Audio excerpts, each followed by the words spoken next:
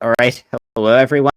I'm here with Ethan and with Stacy. I was told that her last name is unpronounceable, though I think it was just Trasancos, right?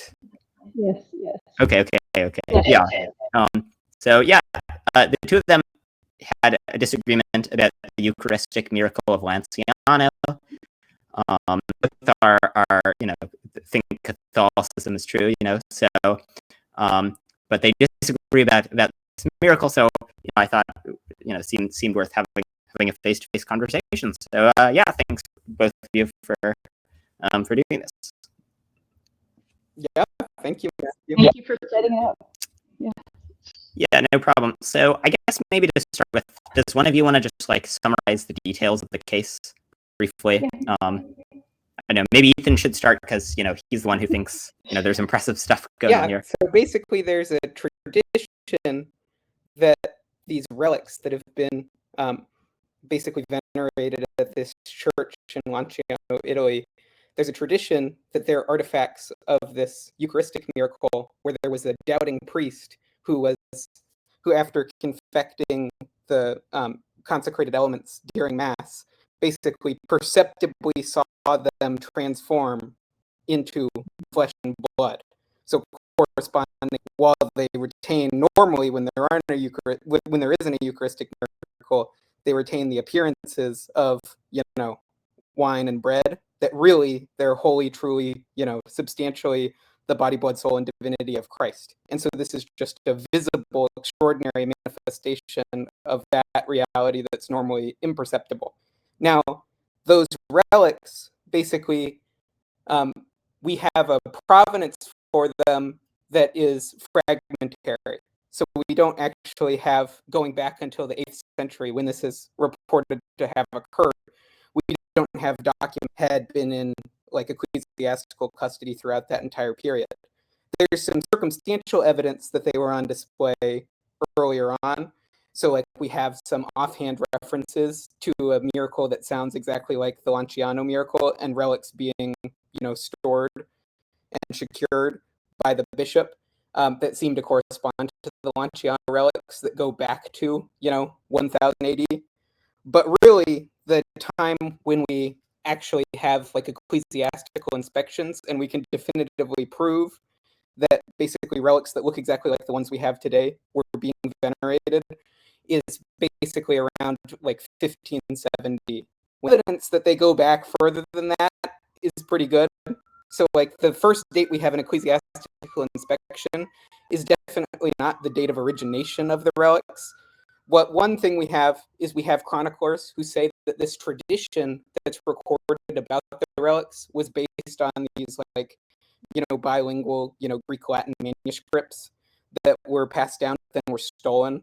And so then those were lost, but the tradition that's recounted in them was recorded. So we have a chronicler who says that. And then we just have an epigraphic inscription, at least, no matter whether these are ancient or not, there was some bishop that was fooled into thinking that they were ancient. And there were enough people who were like, we remember these, that that was basically a credible claim to be made. So basically, the latest possible date for these relics is, high medieval, maybe early modern passes.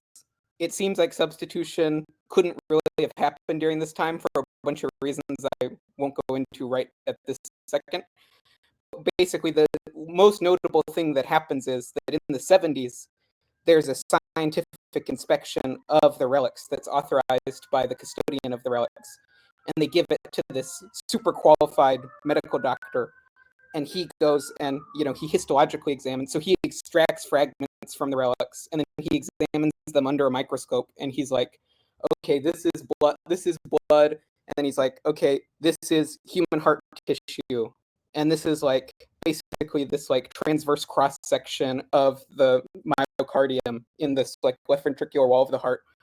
And then he does all these tests to determine the blood type. And so he gets concordant results for, okay, this one's AB, the blood clots are AB. Great. He does a species test where you basically get these polyclonal antisera that only are going to react with these epitopes that are part of characteristic proteins of humans. And then he does like animal controls. So he does, okay, let's do a bovine control, let's do a rabbit control. And he's like, okay, great. We get strong immediate reactions with the human stuff. We get no reactions whatsoever with the saline or with any of the animal controls. So that's good evidence of human specificity for both of these. So these are human. It's AB blood. AB blood anyways is only in primates. So that's already a sort of convergent result.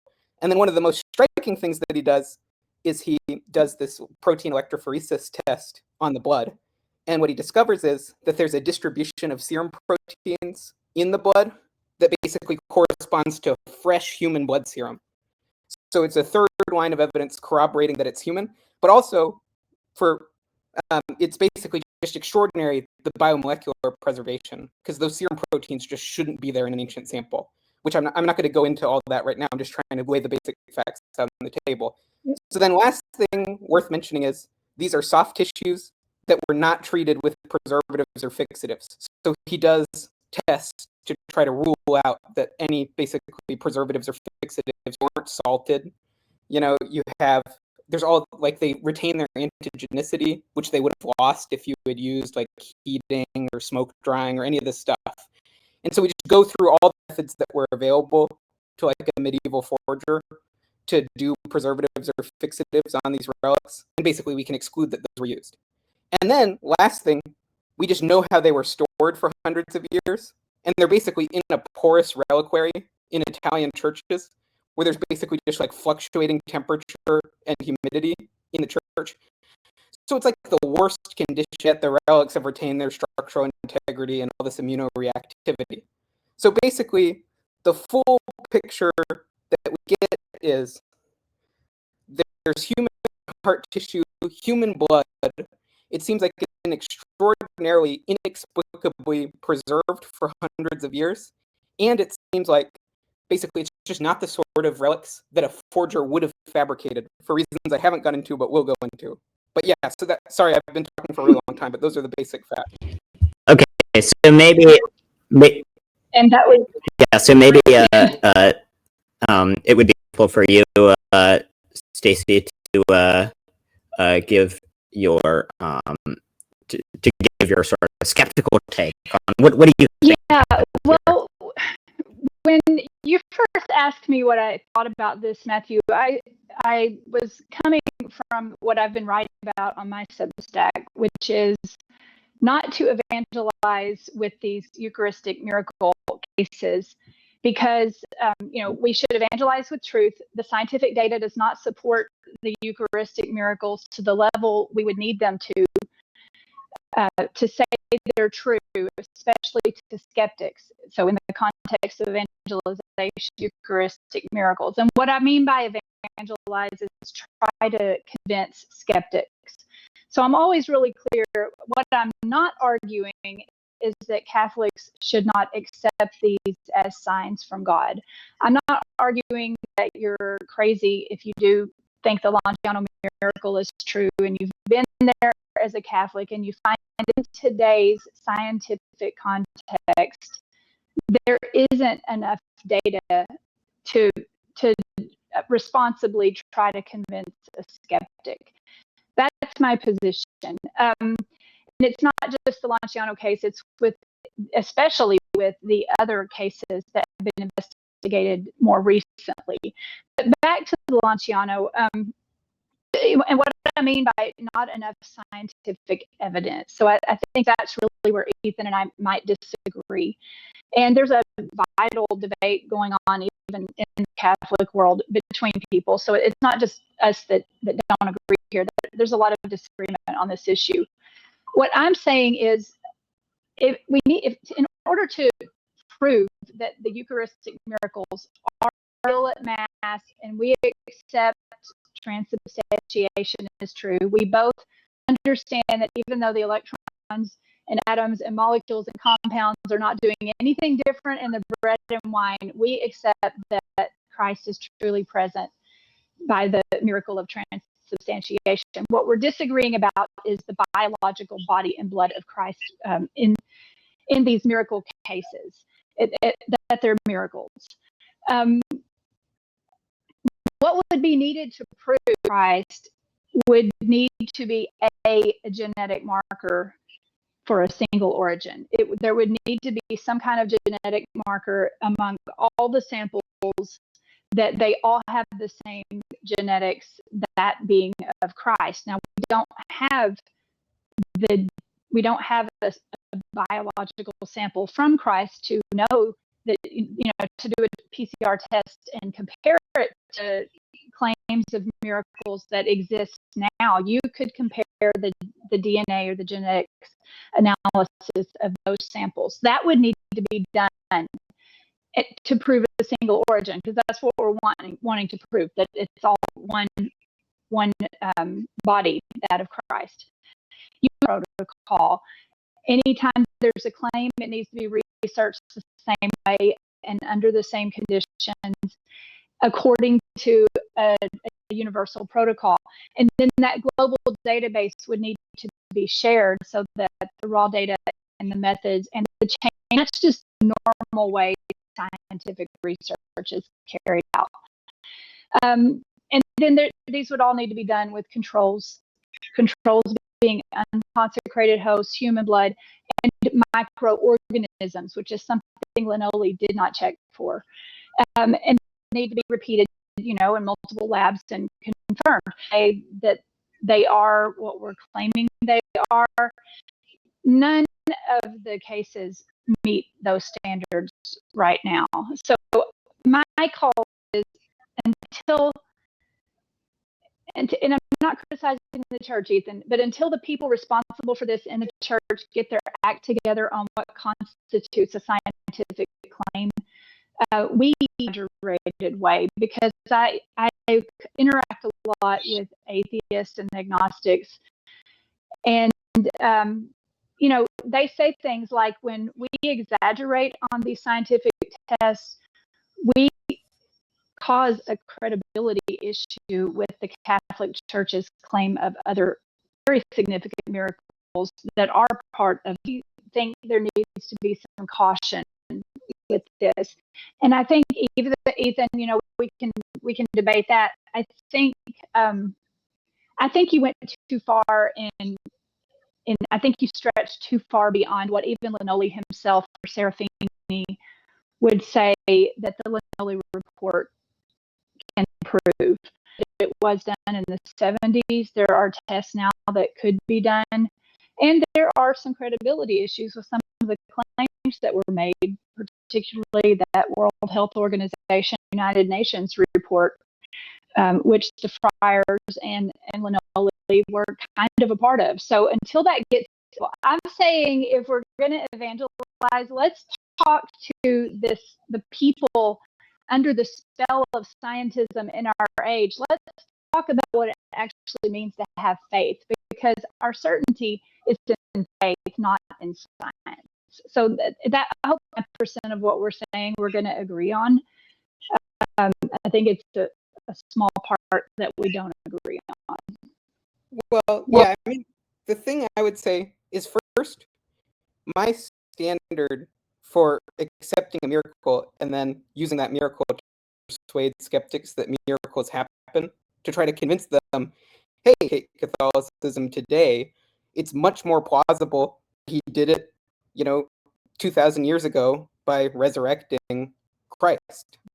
So basically, one way to lend credibility to the miracles that are part of the deposit of faith is to show that there are other credible examples of miracles that point to the authenticity of Catholicism and the fact that there is divine vindication of Catholicism. Now, if you insist before accepting a miracle, scientific evidence that meets all of the modern standards for this, cross-disciplinary standardized protocol, we don't have that for the resurrection of Christ. Presumably, we can use that for evangelism, right? It's not like a skeptic could say, well, in order for me to accept that someone is resurrected, I need HD video from 100 different news reporters all positioned outside of the empty tomb, and then catch that on video. But that's clearly not the standard for actually using a miracle for evangelism to try to persuade people. And I do think that, church authoritatively teaches that God performs miracles as external proofs of his revelation to harmonize faith and reason, so that the obedience of faith is not a blind faith, that's a faith despite the poverty of evidence, that's consistent with evidence.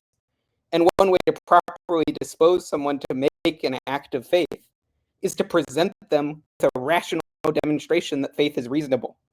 And I think that the modern Eucharistic miracles that we have, there are ways in which I completely agree with you. I would prefer if the scientific protocol were standardized and we did all the state-of-the-art testing and we published everything and be persuasive, because I think the minimum requirement for them to be persuasive is not what evidence you wish you have, it's what is the best explanation for the evidence that we actually have. So there is evidence that we do have. Is there a reasonable explanation for this evidence that doesn't presuppose that a miracle has taken place?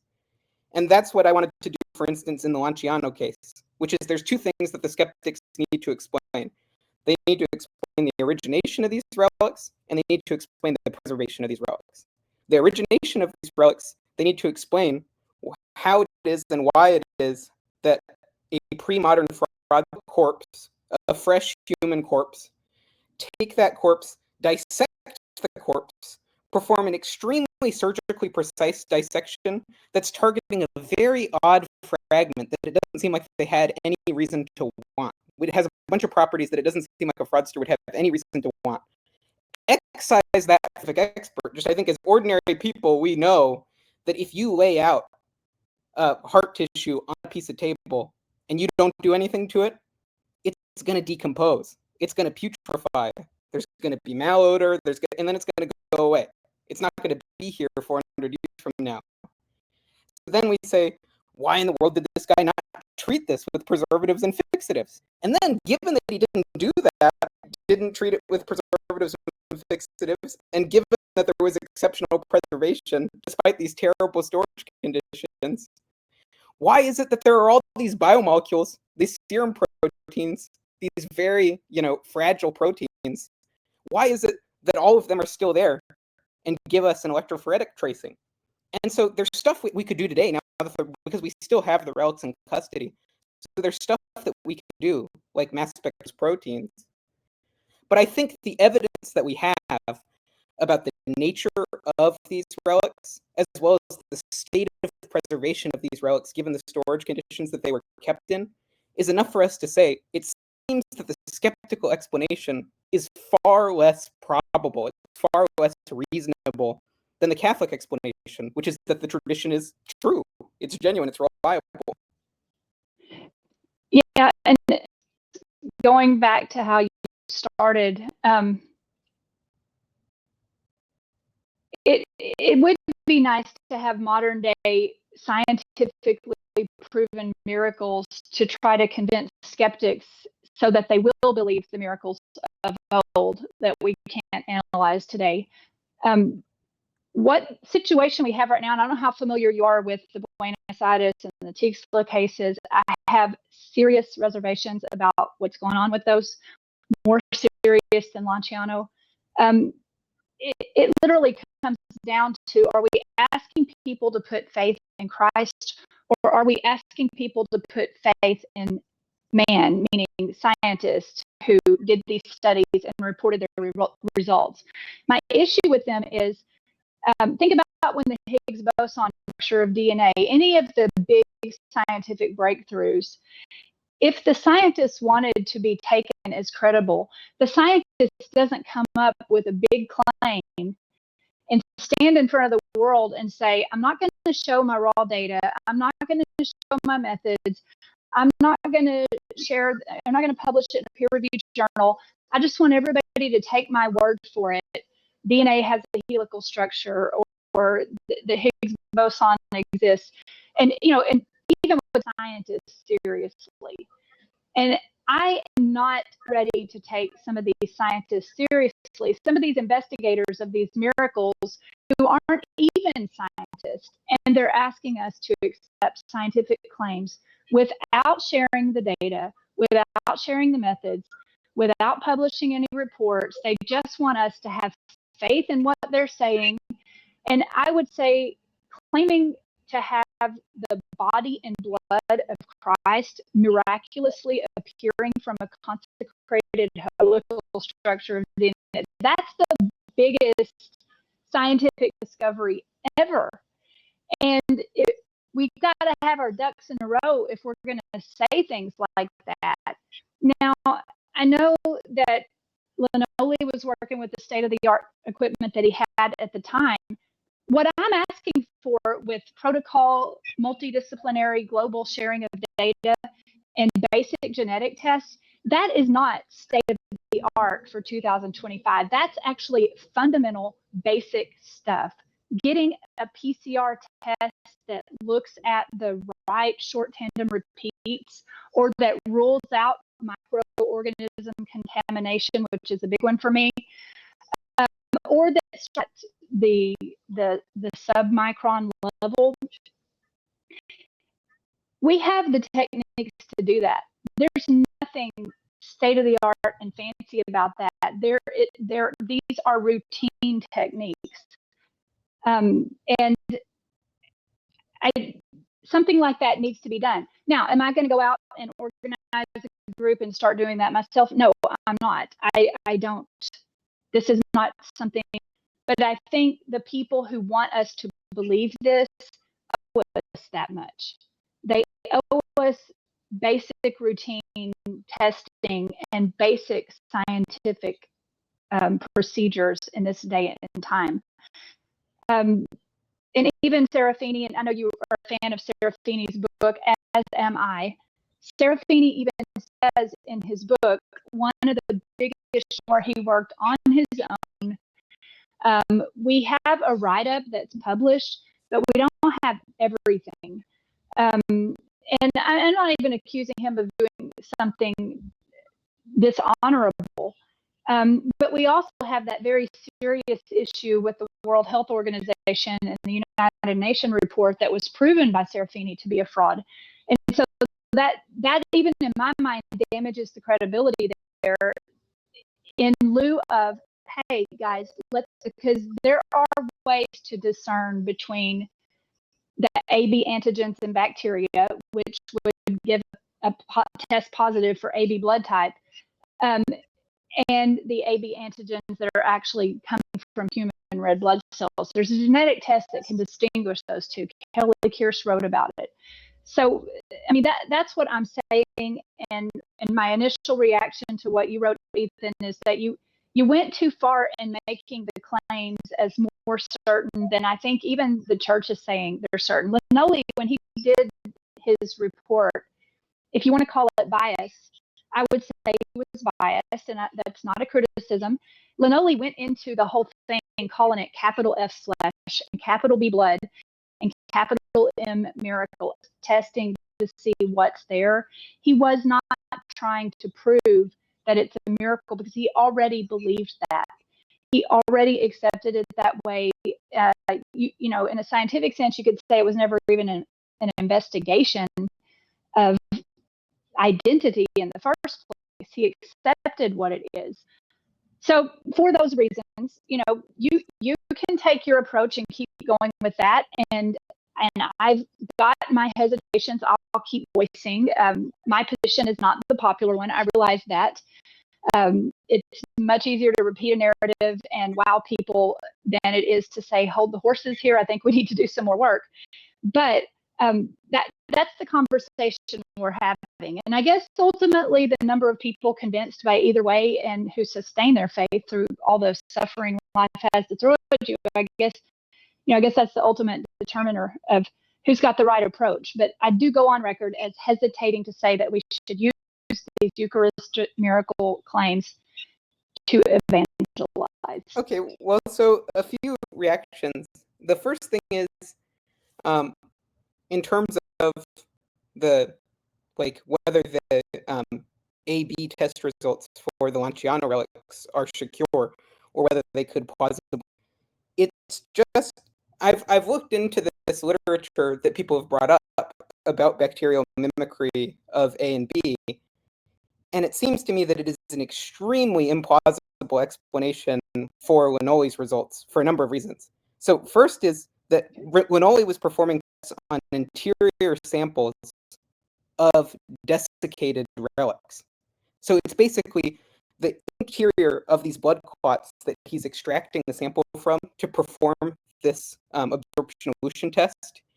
That basically what you would need is, for both king bacteria is extremely rare, and acquired A usually presupposes that there would be true blood anyways.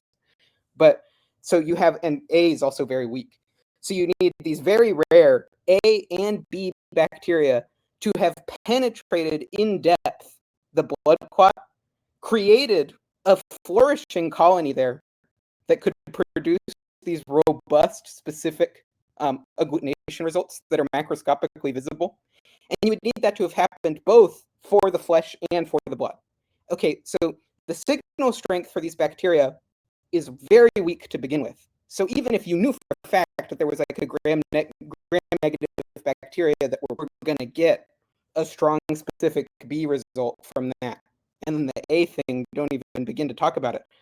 But then we know that these are extremely unfavorable conditions for microbial contamination inside of these relics, because you're going to need water, you're going to need moisture to sustain the colony. They don't bore, so they're not going to create holes to where they actually penetrate down in, and they're going to die out pretty quickly. Like I cite some studies in my references, in my article, to show that gram-negative bacteria should be among the first to die due to desiccation. And then we're doing that. And I also have studies that show that if we took an actively putrefying corpse, so we take corpses, we dig up dead people, we have dead bodies, and they are infested with microbes. And we know that there's just a flourishing of tons and tons of different bacteria in these real human corpses. And you can get all sorts of crazy stuff, like you can get false ABs. But the problem is that it will not give you macroscopic agglutination. So the study I cite, in 40 of them, they got microscopic agglutination.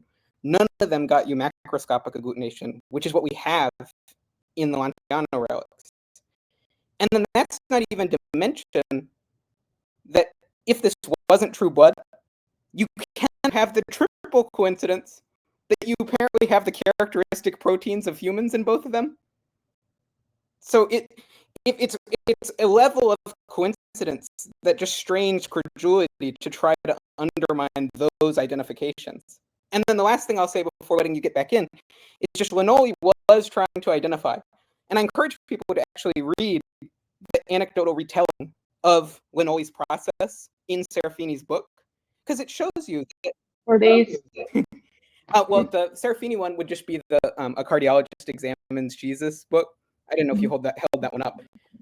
But in the Serafini book, what he says is basically Lynolli at first, all the friars were sweating because they were really scared that Lynolli was going to come back and say, oh gosh, no, this is fake, or this isn't human, this is animal, blah, blah, blah. And Lynolli himself had to struggle at first to be. And then when he got the positive results that he did, then he started freaking out and got super excited. And then he started telegramming everybody, and he's like, the word has become flesh. That's what he's saying. Because what happened was, Lynolli's an honest guy. He's a devout practicing Catholic. He publishes all of his micrographs. He publishes all of his data. He's going to come back and tell us the truth about what these relics are. He told us what they were. This is human heart tissue. This is blood. Here's a mountain of data to prove it, all the best data that's available at the time. Now the burden of proof flips from me to the skeptic. Okay, tell me how it got there.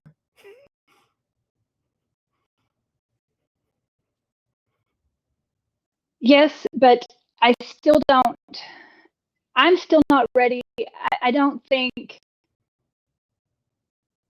that I put that much trust in what Lynolli did.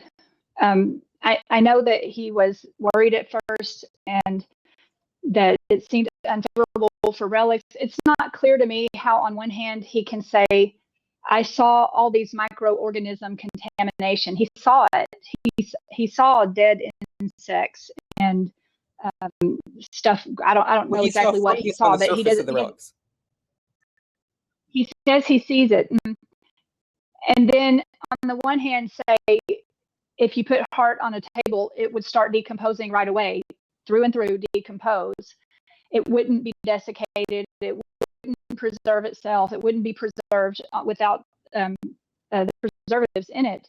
And on the other hand, we clearly have something that preserved. It could have preserved for any number of reasons. It doesn't. The only way that sample could have been preserved isn't for someone to have put a preservative on it. It could have desiccated, and it is desiccated for other reasons.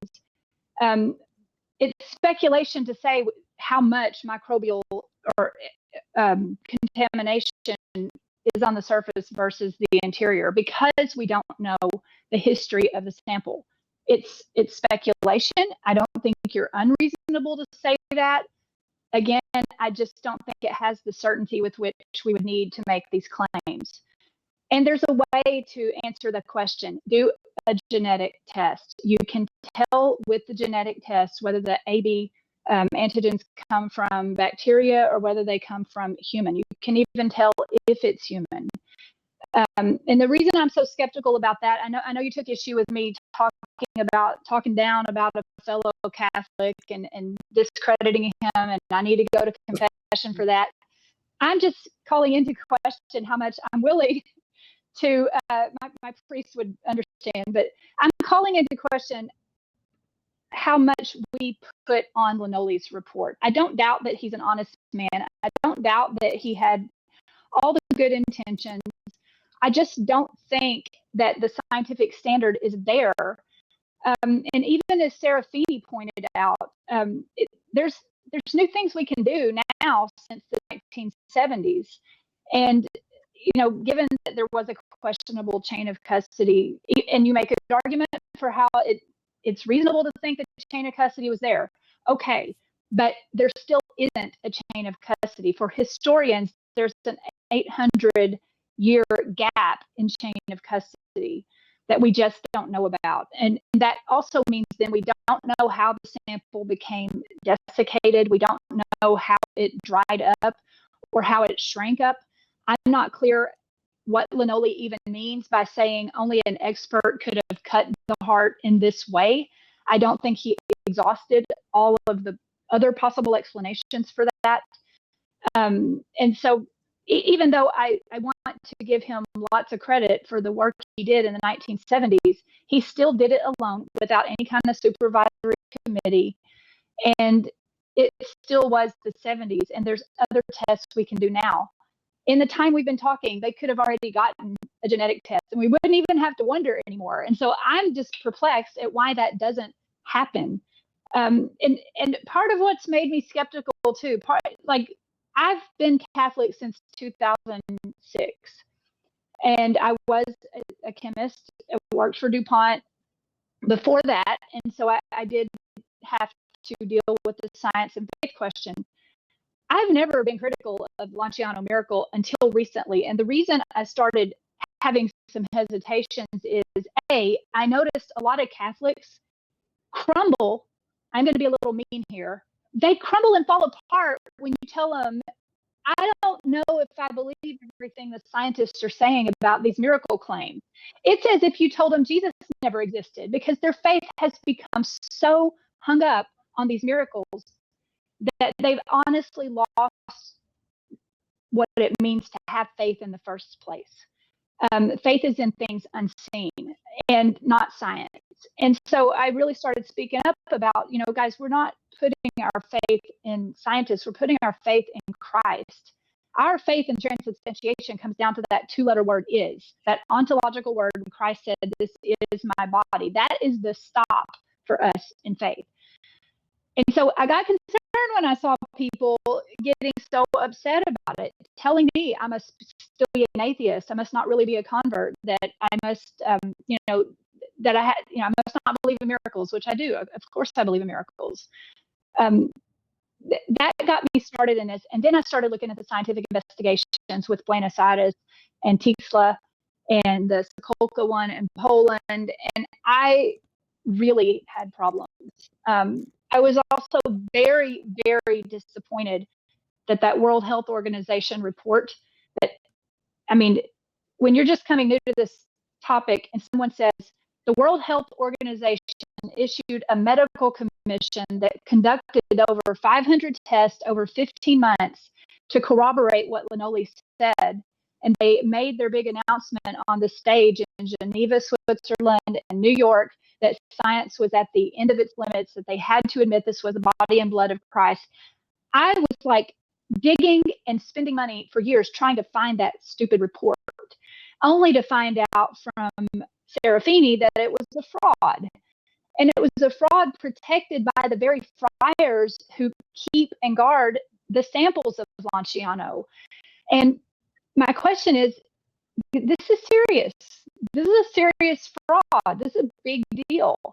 And we need to deal with that. We need to, I think it calls into question anything related to Lanciano. If there was a coordinated effort to hide, I don't know, Matthew, if you know what I'm talking about, that UN, it was money information. It was a patchwork, poorly written thing, even in Serafini's words. He saw it with his own eyes.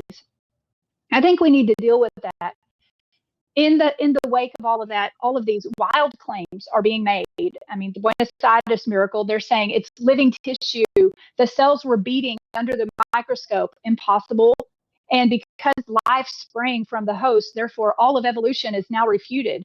I mean, as someone who dedicates my life work to the faith and science question as a Catholic, I want no part of that stuff.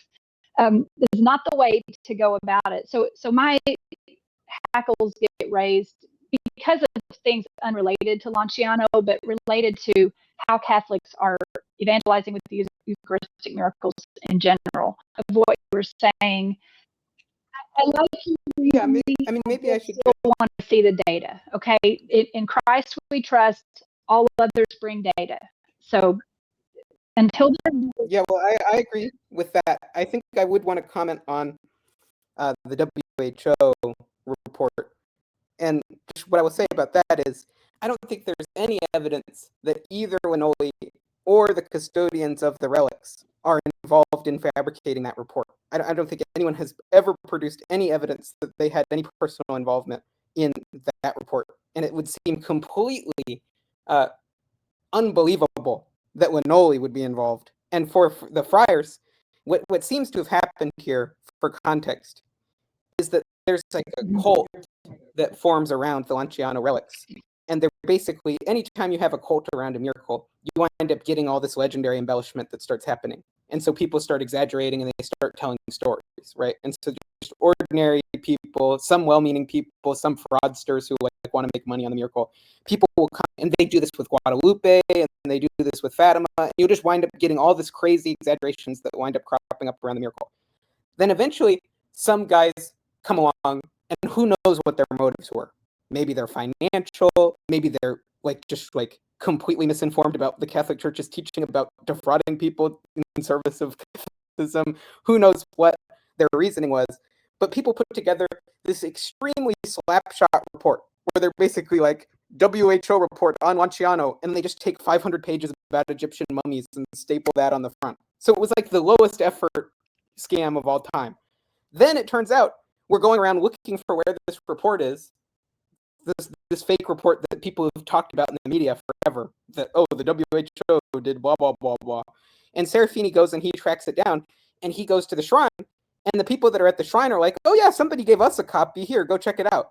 And so if these guys knew what this was, they are not going to go over and hand over a copy to an expert cardiologist to go peer through the results, because it was going to become apparent if you flip to page 2 that it had nothing to do with what it was talking about. So then basically Serafini goes over, he opens it, he goes to page 2, and he's like, guys, what the heck? Like, this is completely BS. Never use this again. And they're like, okay, sorry. And so then he leaves and he writes about that in his book. And that's the extent of this. It's not like, the custodians of the relics, there's any indication that they fabricated this document. Lannoli himself is just like it's not clear that he ever really commented on this. And to the extent that he did, basically there's some kind of circumstantial inference you can make based on a news report where they talked about the report after they talked to Lannoli. And to the extent that they did, I am certain that Lannoli never saw this report. Because there's basically there's no way, given how careful and thorough he was, that he would associate himself with such a shoddy fraud. So it's probably just, she's like, well, everybody on the news media is talking about how there's this report out there. I guess there is. I'm not. Yeah, I am not so forgiving here because I'm a professor. I work with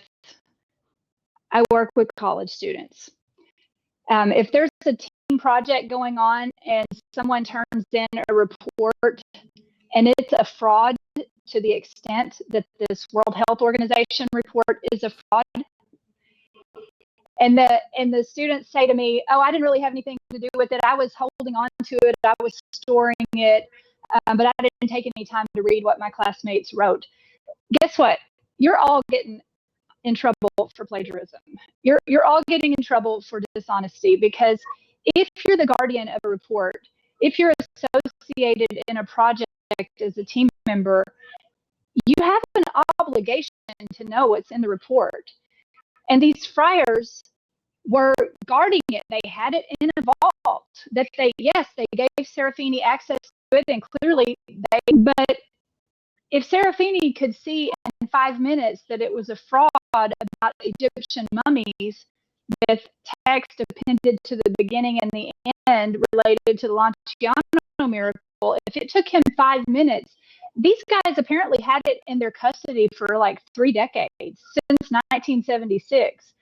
So my question is, why didn't someone read the report? Why didn't someone make an effort to fix this in the media? Because one reason I never had trouble with the Lanciano miracle was because of the tail of that report. It's just when I started trying to look it up, you can't find it. You can't find it anywhere. The biggest report supporting the biggest scientific discovery of all time, and it's locked in a safe somewhere, and it turns out to be a fraud. For me, that's a big deal. It was also a big deal to me that people tried to dismiss it. It sounds like the college student in front of me trying to say that. So if they're listening, I'm not thinking of anyone in particular, but that doesn't fly in the academic world. It does not fly in the academic world. It sounds a bit cultish to me, even where you're going with this, Ethan. So I would want to pull you back from that a little bit.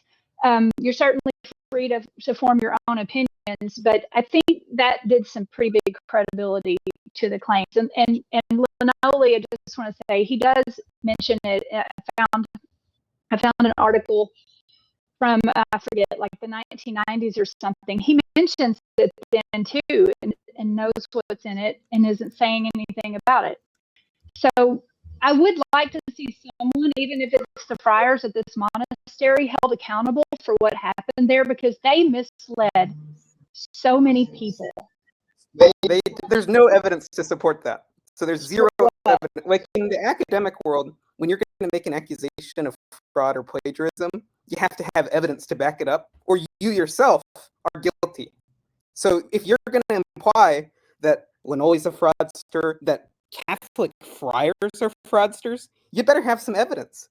It better be good. It better not be like, oh, guilt by association. No, I don't know. There was a copy of your location. Yeah, I think they need to, at the very least, release a statement. I mean, Serafini saying we didn't know, sorry for misleading people, instead of just shoving it into the. So they just keep copies of stuff. That's what they do. Is people hand them copies. This guy's like, I'm not the peer reviewer. That's not the friar's job. They're like, here, somebody gave us a copy. It's like, oh, cool. This is related to the relics. I'm not a scientist, so I'm not going to read through it. But here, let me go store it away. And then they're like, yeah. So people gave us all these big fat science papers. And it's like, would it be awesome if the friars were like Sherlock Holmes and they had decided to investigate all the stuff that they were hearing from all these people? Yeah. Well, Serafini said he had to talk with them. He said he had to talk with them and told them to stop. Well, yeah, because clearly they weren't knowledgeable that this was a fraud. And then they stop when this guy comes and explains to them, hey, it turns out this thing is not real. So sorry to butt in, but so, you two seem to be a lot more familiar with the details, obviously, than I'm. Most of the audience would know the details, but I guess I'd be curious. So, suppose that you're an academic, and then someone sends you their book, where they're like, "Oh, here I make the case for X." So then you sort of store it in a shelf and don't read it. Is the degree of culpability for the friars, like, is it higher than what you would do if someone asked if that book that you as an academic and were storing turned out to be a fraud? Is there, were they promoting the book or promoting the report ahead of time? It's not clear who started promoting the report. The report is promoted. So the biggest promotion of it is in the Vatican International Exhibition, which is not a Vatican effort, of the Eucharistic miracles of the world that is attributed to Saint Carlo Acutis, who was recently canonized. That the World Health Organization report is repeated in those posters that are, to this day, right now, displayed around the world. Wherever someone has printed out those posters, it's still on their website, it's still in the book. So that I'm not sure where culpability goes.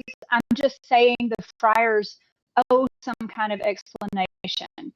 Yep. I'm not saying they're not Catholic. I'm not saying they're a bunch of liars. I'm saying they were the guardians, and they did more than just put a book on the shelf. They knew people were talking about this. Someone could have said, let's take a look at what it says. Maybe we should have an obligation to do that. It's I've written books, I've published books. I have to sign something saying if I have unintentionally plagiarized in there, that I am going to be legally responsible for that, not the publication company. So they are careful about those things. And I don't want to beat up on the Franciscan friars. I'm just saying they need to acknowledge they have some responsibility to check that out before 30 years went by. Yeah, so maybe, Ethan, I'll give you a brief last word about this if you want it. And then I guess I think the thing that I guess most people would be most curious to hear is whether there's some plausible naturalistic explanation for it. And so as far as I can tell, the two lines of evidence that Ethan was citing that he thinks are hard to explain naturalistically are the preservation of the relic and the preparation of the relic. So the original, it's seeming to come from heart tissue and so on. So maybe after this, then I'd be curious to hear your take on what you think the plausible naturalistic explanation is for these things, and then you could go back and forth on that. Well, I mean, I would just say I'll end on a note of agreement about the WHO report. Now, I don't think it has any implication. I do not doubt the moral integrity of the custodians of the relic or of Linoli on the basis of the WHO report. However, I think the people that were at the shrine who were participating in spreading this this WHO myth, they were being credulous and irresponsible. That's what I will say. And I think that I think that in general, when we're doing Catholic apologetics about miracles, if people need to take care to distinguish between pious traditions and the legendary embellishments and what can actually be supported by concrete evidence.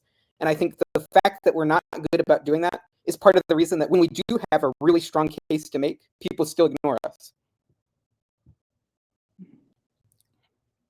So maybe now let's talk about, maybe let's start with the preservation of the relic.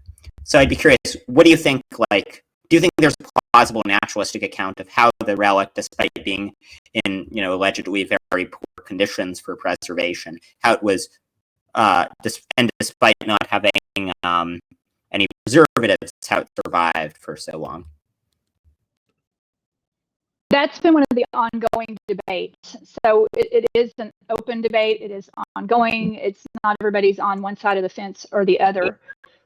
For me, there's no historical context to understand the history of the sample itself, where it originated, how it was preserved. There are ways things can be preserved. The sample, Linoli said, it's desiccated.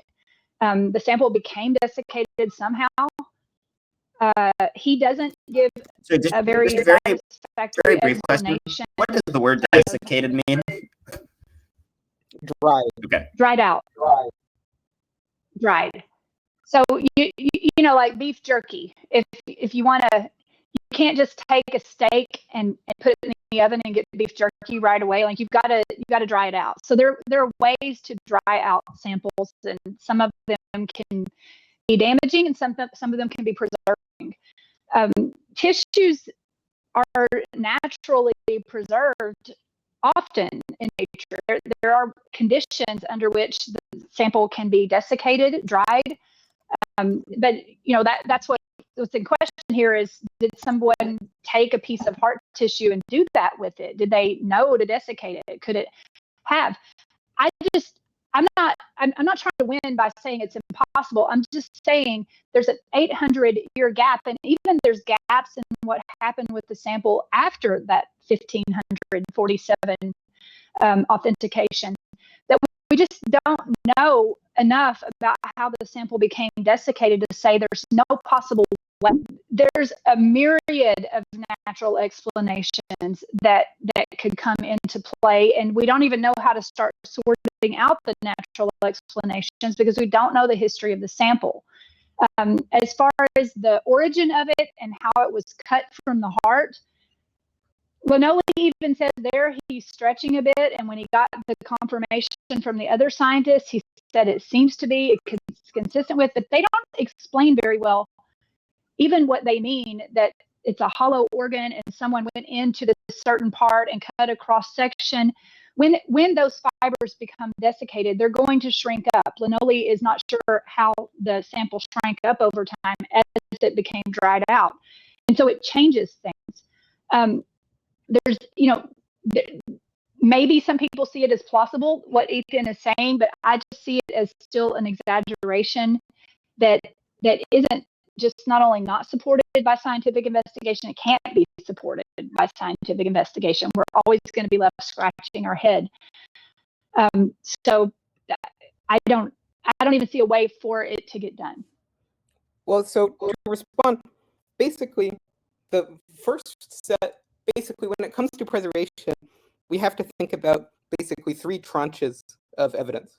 So one of them is preparation, which is basically just when this person first got their hands on this heart tissue and got these coagulated blood clots, how did they decide to treat them? Because they have an immediate problem, which is just that in the very short term, within days, these things are going to putrefy. And so how are they going to avoid that? Because apparently they just went to all this effort to acquire this human heart tissue fragment and to get these 5 different coagulated blood clots. So what are they going to do now that they've gone through all this effort and risk to get their hands on these and they want to pass them off as fake relics? What are they going to do to stop them from putrefying? And there's a few things they could do to try to stop it. So one of the options is we're going to try to desiccate them far more rapidly than they're going to putrefy. So there's things you can do to cause rapid desiccation. So you can use heat, right? You can use salt to try to draw out moisture, because moisture is one of the big contributors to basically the bacteria that's going to cause problems and the autolysis and all this stuff that's going to happen. So all these people at the time who had to deal with food preservation, everybody was well aware of what happens to tissue, on what the decay curves look like for this stuff if you don't treat it. So if you had a forger, the thing that he's obviously going to do is apply some kind of treatment method to it. But the first big mystery is that all the medieval methods that they would have used, they couldn't have used, because it would have left traces that are not left on these relics. So we can see that they didn't use salt. We can see that the drying would have had to have been slow air desiccation, not rapid desiccation. And there's a number of different indications of that, from the color to the texture to the absence of fissures. And then we can see that, like, if you had used heat, you would have destroyed the histological legibility of it. If you had used formalin or alcohol, this wasn't treated how you obviously would have treated it if you had went through all the effort and risk to acquire it. Then that has the parallel problem, which is, wait a second, why didn't this putrefy? And you say, there are conditions where things don't putrefy. but they're very extreme environments, and they're very peculiar conditions. So what you're going to have to start positing now is that this fraudster, rather than using a normal preparation method, instead sought out this extremely historically implausible extreme environment to temporarily store them for a very long time so they could slow air desiccate. Then he could later come back and reintroduce them as fraudulent relics. Okay, maybe. That doesn't seem plausible to me. I'm not betting my soul on that.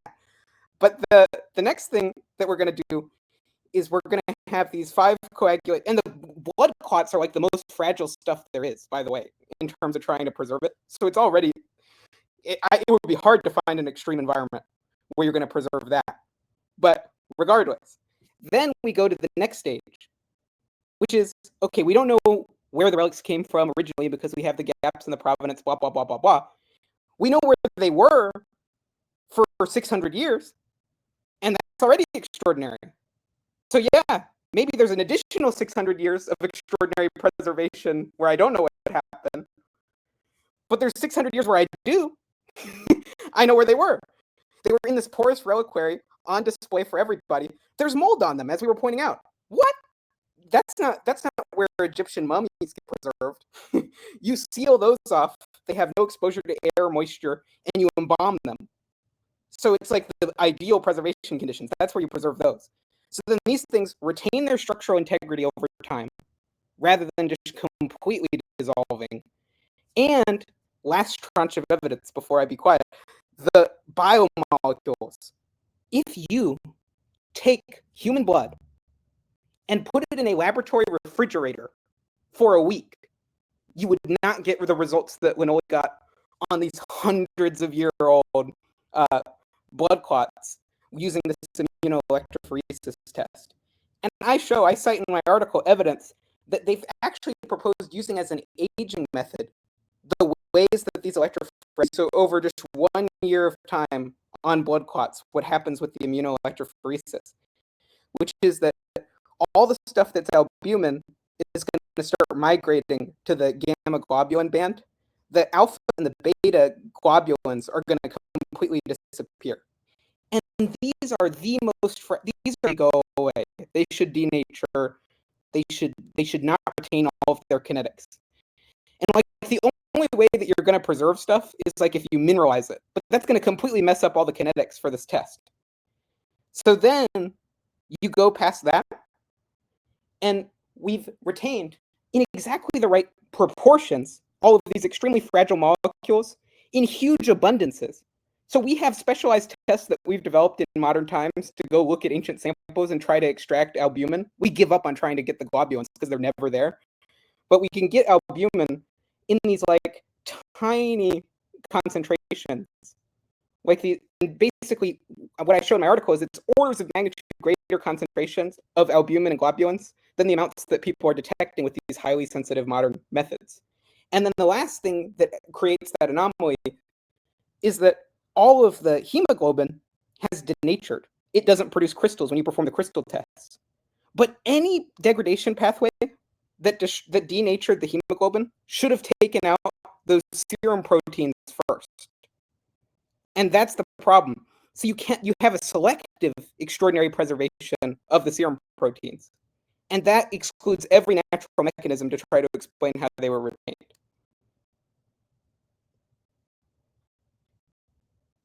And I say it's still all speculation until somebody does the blessed genetic test and just puts it to rest. I've heard people say when they look at Linolie's data, it's almost too good to be true.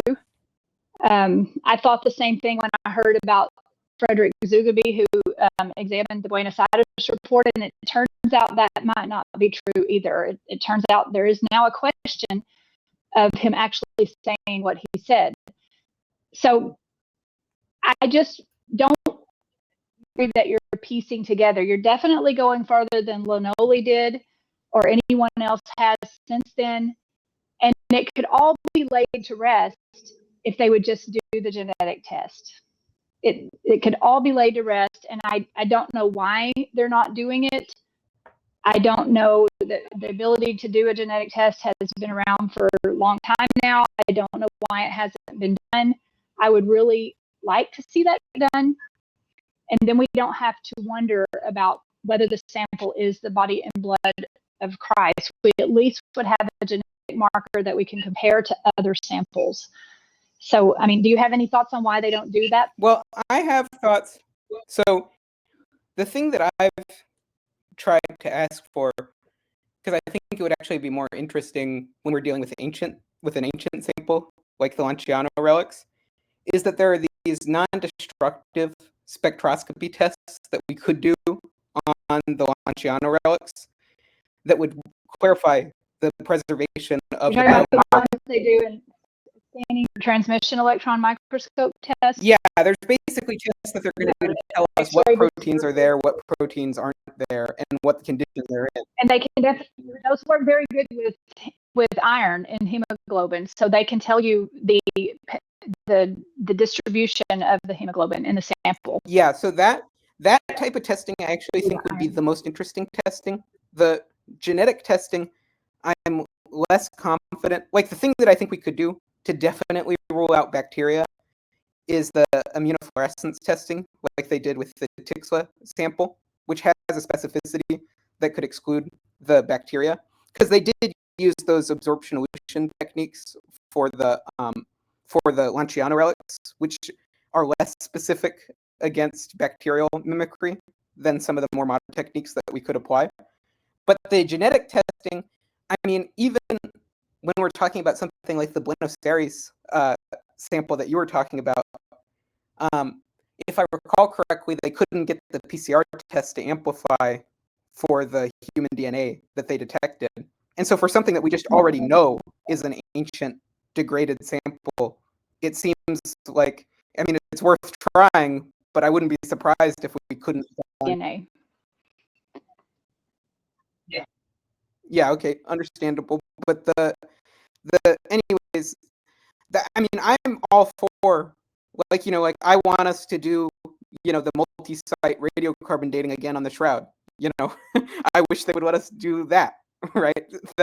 So there's like a bunch of more testing I would like to do, and unfortunately, the church is more reticent to approve testing, especially after they've already gotten favorable results. Then they're going to be like, okay, well, we're just not going to let you keep taking more and more bites at the apple. But I think this also comes to maybe a more philosophical point, which is providentially, God has to maintain a balance between basically divine hiddenness, so not making his existence so conspicuous that it removes the possibility of doubt, while still also providing us with the motives of credibility that make faith reasonable. So basically, I think God is sort of fine-tuning to try to optimize for this band, where the evidence is clear and convincing, but also it's psychologically possible for skeptics to say, oh, I don't know if I'm convinced, I don't know about that. And I feel like if God providentially allowed the Catholic Church to do the obviously reasonable things in terms of testing these relics, that might push us too far over the line for being conspicuous. So I almost think, like, I would prefer personally that we do all the tests that you're calling for, but I almost think there may be a sort of aspect of divine providence in the fact that he doesn't let us do all the modern tests.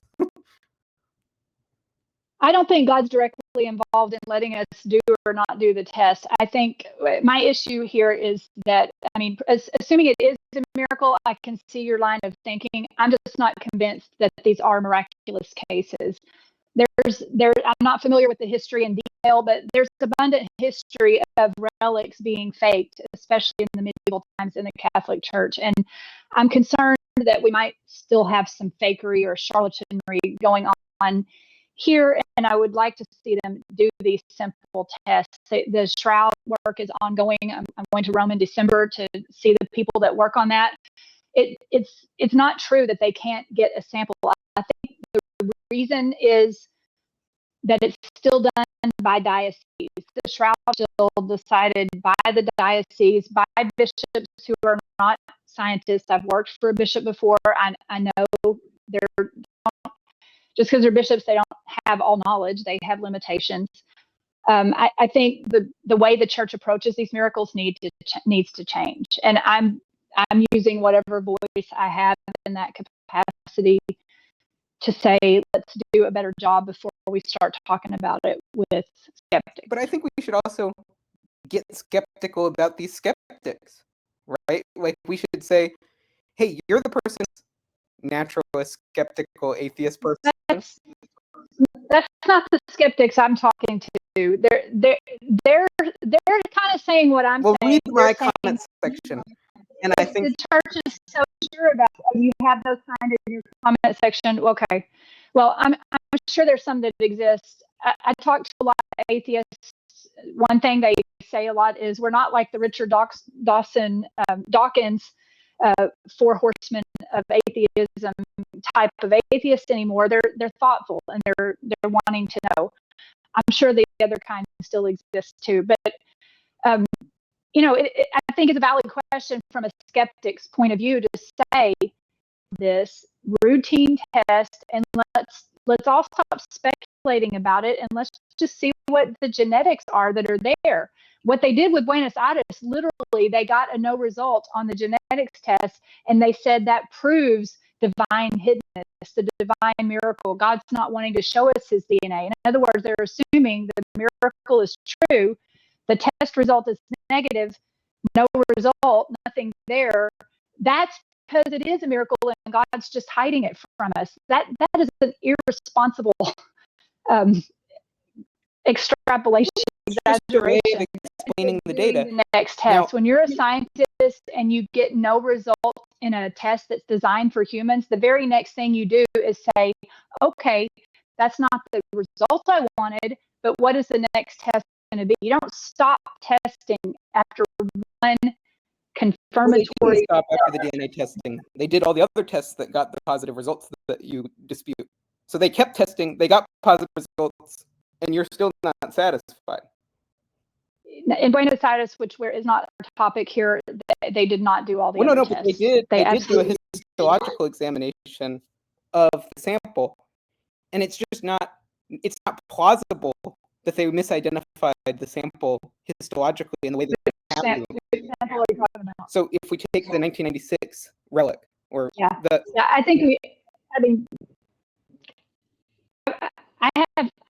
I probably even have anger issue for another time, or look at what I wrote on my Substack.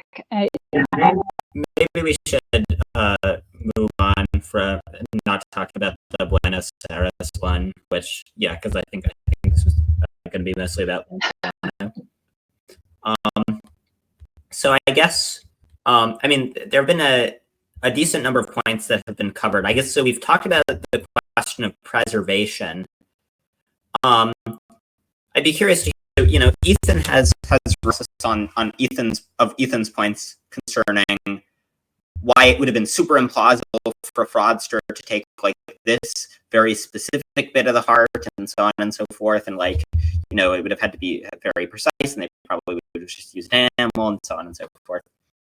So what do you make of that? I can lay out that argument in enough detail, which is just basically there's a series of coincidental choices that a fraudster would have to make that seem highly improbable for a fraudster to make them in series.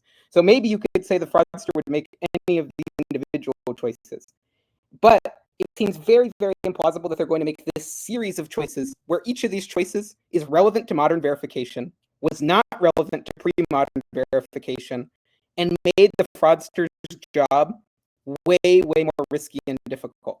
So here's the series of choices they have. Eucharistic relics. Now, here are my options for what I could do. I could use inorganic substitutes. I could take animal tissue. I could take superficial human tissue. Or I could take the internal organ of a human fresh corpse. Okay, so these are our options. Now, it turns out at the time, as they would have known, you would not have been able to tell the difference between animal tissue and human heart tissue of the sort that the Lanciano relic was. So the only way you would have been able to tell the difference is if they had specifically targeted, like papillary muscle, or okay, I'm looking for these tubes. Specifically, did not excise that if they fabricated the Lanciano relics. They didn't excise something that macroscopically had conspicuous heart features. So just looking at them, it would not become possible until the 20th century to tell the difference between superficial tissue, animal tissue, and this slice of heart tissue. But then, okay, let's think about it. It makes their job way harder than it needed to be, because animal tissue, cheap, abundant, easily accessible anywhere it is. We need to go like rob a grave, then haul off this body to come to some kind of secret room, this dimly lit room, and then we get out our surgical instruments and we perform an anatomical dissection, which no one was doing in the medieval period. Like, it was way less common than it was right now. And they excise this heart fragment, and then they say, okay, let's not treat it, and then go do our whole normal relic fraud thing, blah, blah, blah. Okay, maybe somebody decided to do that. It doesn't seem that likely to me that they would decide to do that. It seems a little bit unnecessarily convoluted, but maybe. Okay, now we get to the stage where we have decided to perform our anatomical dissection. So we're performing our anatomical dissection. We say, what tissue do we want? Now, we could cut randomly. We could cut, I want something really conspicuous and showy so people are going to know it's a heart, or it just seems very fleshy and very visually striking. They don't do any of those things. Instead, what they decide to do is a transverse cross-section that is the sort of thing that a modern doctor would do to prepare a slide to be analyzed underneath a microscope, so that all these histological features, the microscopic features, would be legible under a microscope, so you could tell under a microscope that it was heart tissue. Now, that seems like, given that this guy would not have had a microscope, and that nobody around him would have a microscope, and he wouldn't know anything about the fine structure of the heart, to do three things. First, so he does the transverse section. He decides to cut at a very specific vertical depth. So, like, there's about a 10% thickness band of the ventricular wall that's like millimeters thick, that's towards the center, where you can get this basically endocardium-myocardium junction. So the point where they both meet, where you'll be able to preserve myocardium and endocardium. And that'll help you really easily identify that this is heart tissue. But like, it won't look like anything interesting to the naked eye. And to cut at this, you have to be specifically targeting that band and choosing to do the vertical depth right to preserve that junction. And it's very, very easy. Like, your blade is getting sucked down to try to, in a way that's going to mess up the very fragile endocardium layer. And so you're doing that. And so you've targeted this specific weird vertical depth that doesn't have any feature that you'd have any reason to target, and that makes the surgery much more technically difficult. Then what do you decide to do? You decide, okay, now I want to do this uniform, even laminar thinness, okay, that's very thin for my relics. And I can tell whatever story I want about how the relics form, so it doesn't really matter. But I want a uniform thinness that's going to make them super fragile, super hard to handle, and super nondescript when you look at it with the naked eye. And to cut with this thinness, if you had modern tools, in a modern, you have modern lighting, you're in this modern environment, and you're an experienced surgeon, it would take a ton of dexterity to actually maintain the internal plane that you would need to excise the fragment that you're about to excise. Then last, but not least, you are going to try super, super hard to have really clean edges. And it's going to be extremely easy for slight variations in pressure, but you have clean edges. And what is the relevance of having clean edges? Unpredictably, if you had clean edges, it would be possible, but not likely, that this would contract into a coherent circular disc that would then retain its histological legibility when it was preserved. Like 5 times in a row, has done exactly the opposite of what you would expect a fraudster to do, that he had no reason to do, and that made everything super complicated.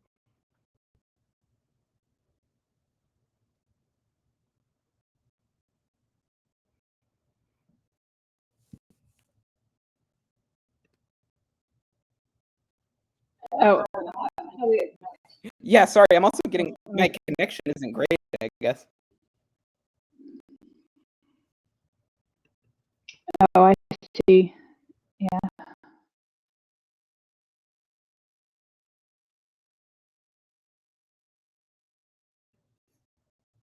But did you guys hear me at all? Or did my rant Yes. go unheeded? Oh, good. No, I heard all of it. No, I heard all of it. I think we've been through this 3 times now, and I'm going to keep saying the same thing. You can take something that's there in front of you and say, I know what this is, and then build that story backwards. But what I'm calling into question is what it is in front of us. And there is a test that would confirm the genetics so that then we can start to build that story backwards. And, I've never been to Lanciano. If I were to go to Lanciano, I would probably kneel. I would probably show honor and respect to the relic itself, just for the history that it has in the Catholic Church. Everybody to go away, go away. But if we're going to use this to evangelize, and we're giving the skeptics something to question, to the extent that we don't know what it is in front of us that we're building the story back on, because the story you just built, it goes away if we do the genetic test and it's not what we thought it was. And I'm gonna. I mean, I know. I think we're at an impasse. There needs to be other. I mean, I understand how you're reasoning through. Someone would have made these decisions, but we just don't know. Like when I say we don't know, I don't know what it's like to live in 750 AD. I don't know, and I know we have history and we can watch Vikings and stories like that on Netflix, but I don't know what it's like to actually be there, and I don't know even what it's like when that one sample dries up over time and exists over time up until this point, whenever it started, what all different variables could have come into play to make it the way it looks today. There's that you crafted one explanation, but there could be other explanations. And why can't I detail those right now? Because I don't know. I don't know what was cut in the beginning. I don't know what the circumstances would have been if someone wanted to commit a fraud. I don't know. I do know that there were plenty of frauds of this type in the Middle Ages, especially around Italy. But I'm not ready to call this a fraud. I'm saying the World Health Organization issue gave me reason to pause. The scientific examinations of Buenos Aires and Tixla and Sokolka give me reason to pause. And I would not go so far as you do in crafting the story of how it got to be here today, because what I want to know is, let's confirm what the sample is. And there are tests to do it, and there are people who can get the sample into it. And I don't know why they don't, because it would put some of this to rest. And then we could talk. Matt, you're muted. Yeah. Yeah, So I guess it seemed like there was agreement that there are some other tests that would help us figure out, even that would help make it even clearer if the test, if this was a genuine miracle. But I guess it seems like there are lots of cases where our evidence could be a lot better. Like our evidence for Caesar crossing the Rubicon. If Caesar had written in his bit of writing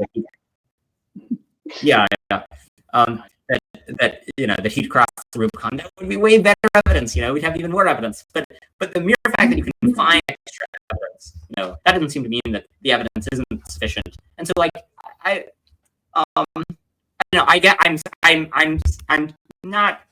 I'm sort of missing the relevance of why does the fact that more tests could have been performed that would be more decisive, why does that bear on the degree of the evidence that we have at this point?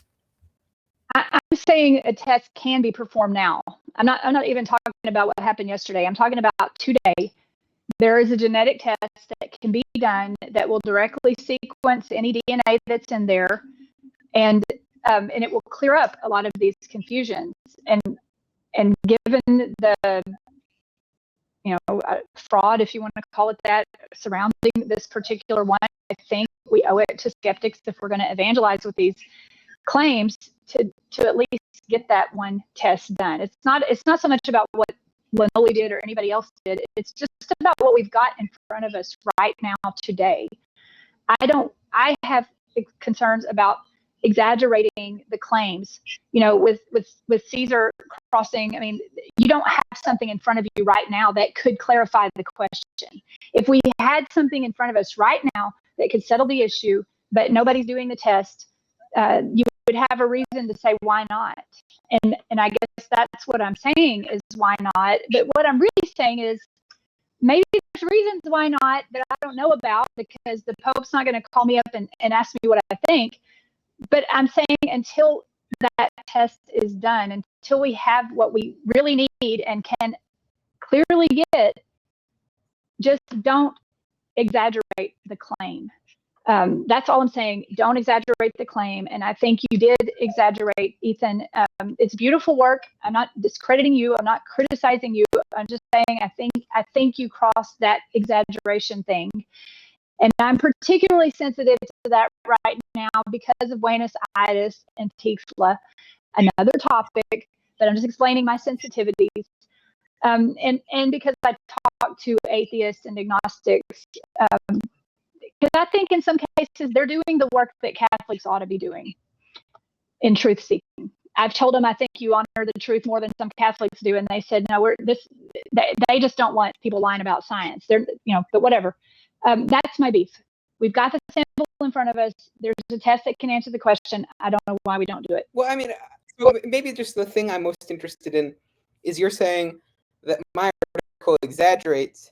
Now, I take the argument of my article to be simple, which is just, given the data that we do have, regardless of what data we could have, what we should have, I'm on your team signing the petition. Let's do more tests on the relics. I would love more tests, So I'm on that side. But I'm just saying, given the data we do have, inference to the best explanation, it seems very probable that a miracle happened here. And it doesn't seem to me that it makes it improbable that a miracle happened, that it's possible for me to get more evidence.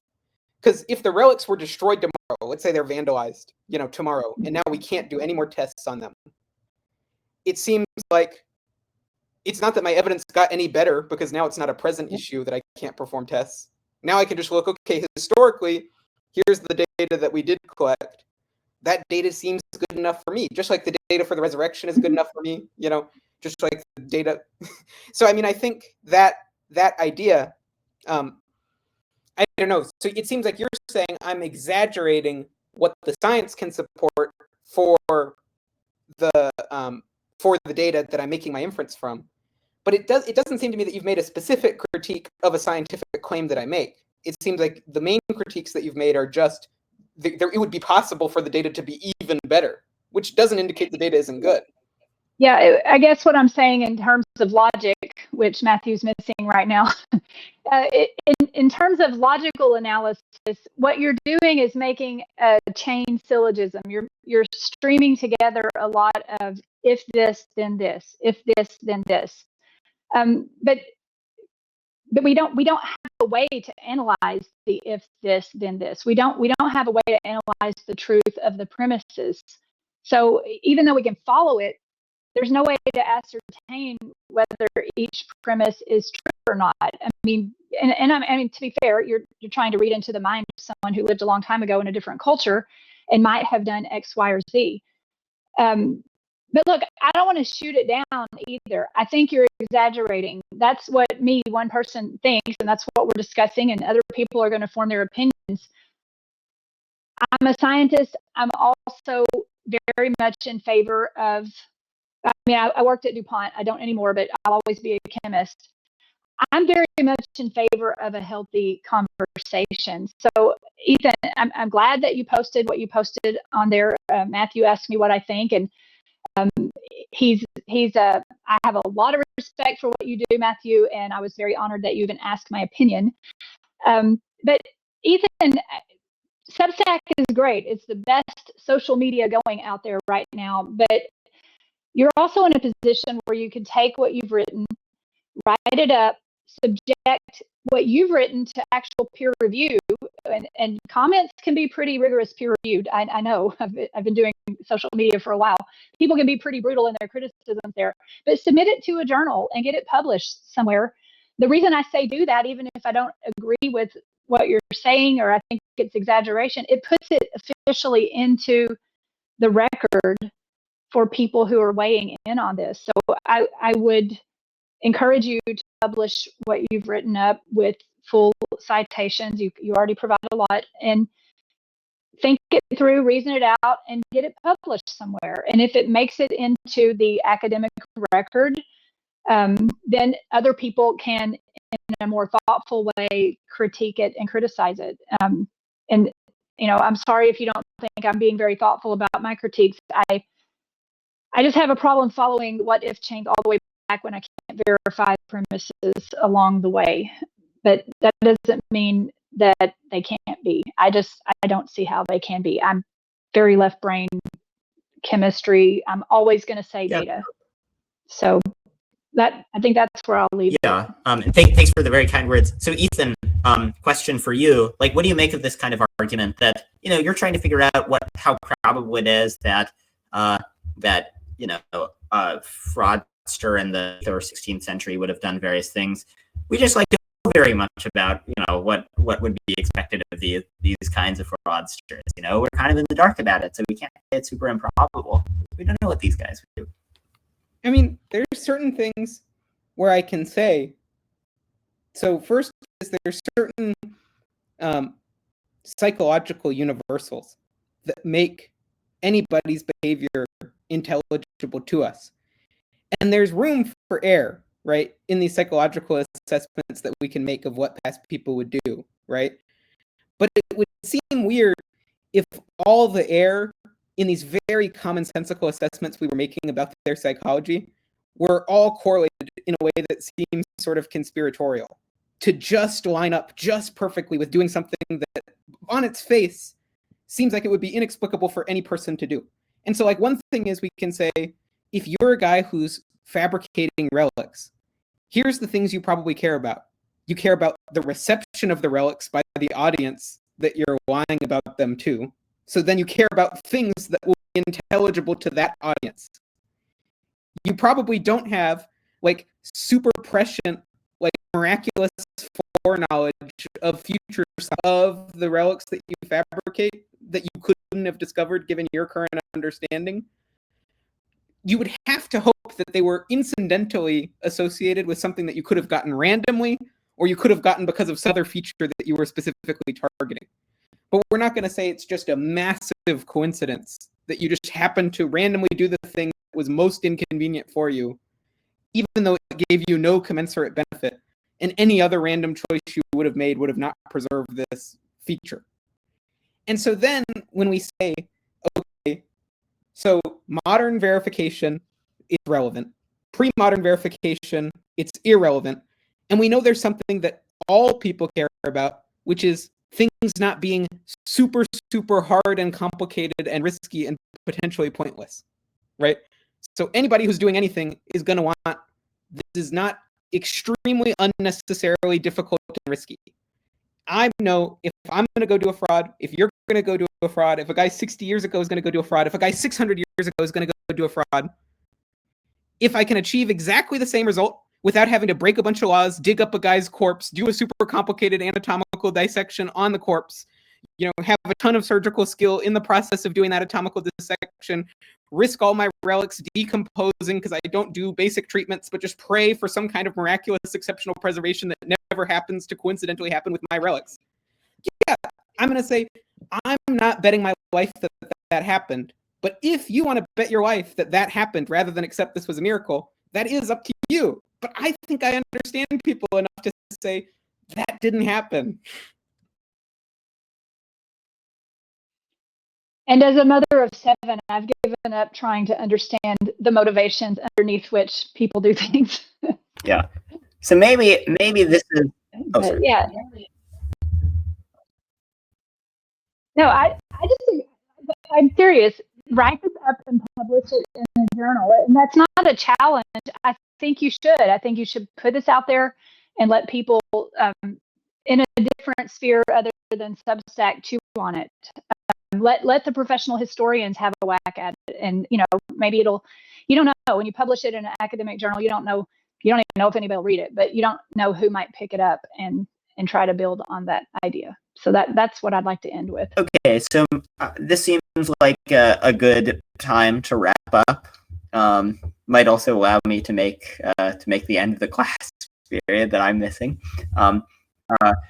But yeah, probably not actually. But yeah, thanks so much for doing this. I think this has been a very interesting discussion. Do people have closing thoughts? I'll link to both of your Substacks in the comments. Both worth checking out. Wherever you stand on the Lanciano miracle, you can find on one of their Substacks people writing about why you're right. So yeah, any last words? All right, cool. I guess so. I appreciate what you've been doing very much. Well, thank you, and it was a great conversation. Thank you. Yeah. Glad you're on our team. Yeah, thanks so much. Okay, I guess I'll stop the recording now.